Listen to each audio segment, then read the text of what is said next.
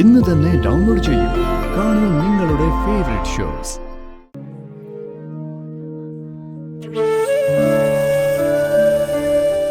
അച്ഛാ, വിഷമിക്കില്ലേ? എന്നാലും നിങ്ങളുടെ അമ്മ ഇങ്ങനെ മാറിപ്പോയില്ലടാ മോനെ. മാറിപ്പോയതല്ലോ അച്ഛാ, മാറ്റിയെടുത്തതല്ലേ. ആരൊക്കെ അവളുടെ മനസ്സ് മാറ്റാൻ ശ്രമിച്ചാലും അവൾക്ക് നിന്നെ മറന്ന് ജീവിക്കാൻ പറ്റുമോ? എന്താണ് ഇങ്ങനെയൊക്കെ? എനിക്കൊന്നും മനസ്സിലാകുന്നില്ല. അമ്മ വെറും പാവമല്ലേ അച്ഛാ,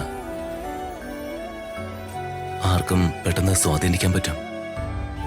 ശരീരത്തിലെന്തോ ബാധ കയറിയ പോലെ അവളുടെ പെരുമാറ്റം.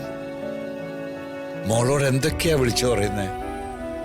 അവളുടെ ഭാഷ തന്നെ മാറിപ്പോയി. ഇക്കാര്യം ഓർത്ത് നമ്മൾ പല പ്രാവശ്യം വിഷമിച്ചിട്ടുള്ളതല്ലേ അച്ഛാ.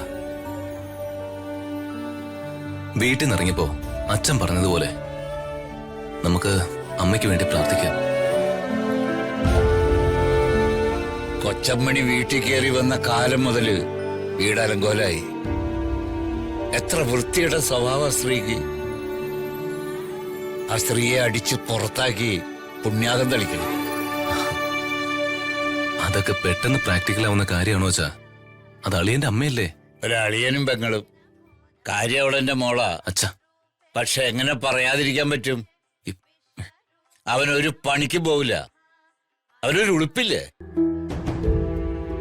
ഇങ്ങനെ ഇവനൊക്കെ ഇത്തികണ്ണികളെ പോലെ ജീവിക്കാൻ?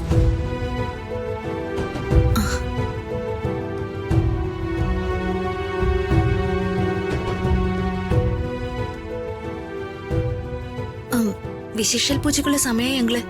മോൾക്ക് ആ പൂജയൊക്കെ ചെയ്യാൻ പറ്റുമോ? ഇതുവരെ ചെയ്തിട്ടില്ല. ദൈവം എന്ന് വെച്ചാ കരുണയല്ലേ ഞങ്ങളെ. മനുഷ്യന്റെ കണ്ണീരിന് മുൻപിൽ അലിയാത്ത ഏത് ദൈവം ഉള്ളത്? അങ്ങള് വാ രാജു. വാ.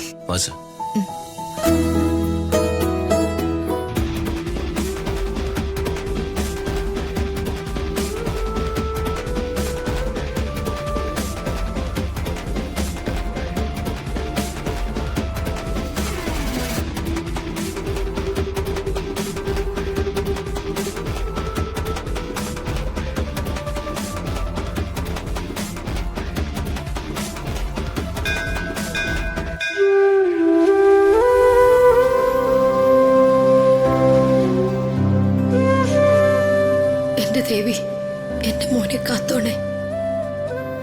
2 വയസ്സ് മുതൽ ഞാൻ നടത്തുന്നതാ ഇവിടെ വിശേഷ പൂജയും പൂപ്പറയും. പക്ഷെ അവന്റെ ഈ പിറന്നാളിന് എനിക്കത് മുടക്കേണ്ടി വരുന്നു. എന്നോട് ക്ഷമിക്കണേ ദേവി. ഞാൻ ചെയ്തു പോകുന്നത് എന്റെ ശരികളാണ്. അവിടുത്തെ തീരുമാനത്തിന് തെറ്റാണെങ്കിൽ എന്നോട് ക്ഷമിക്കണേ.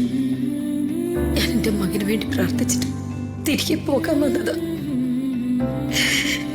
എന്റെ മോനെ കാത്തോടെ.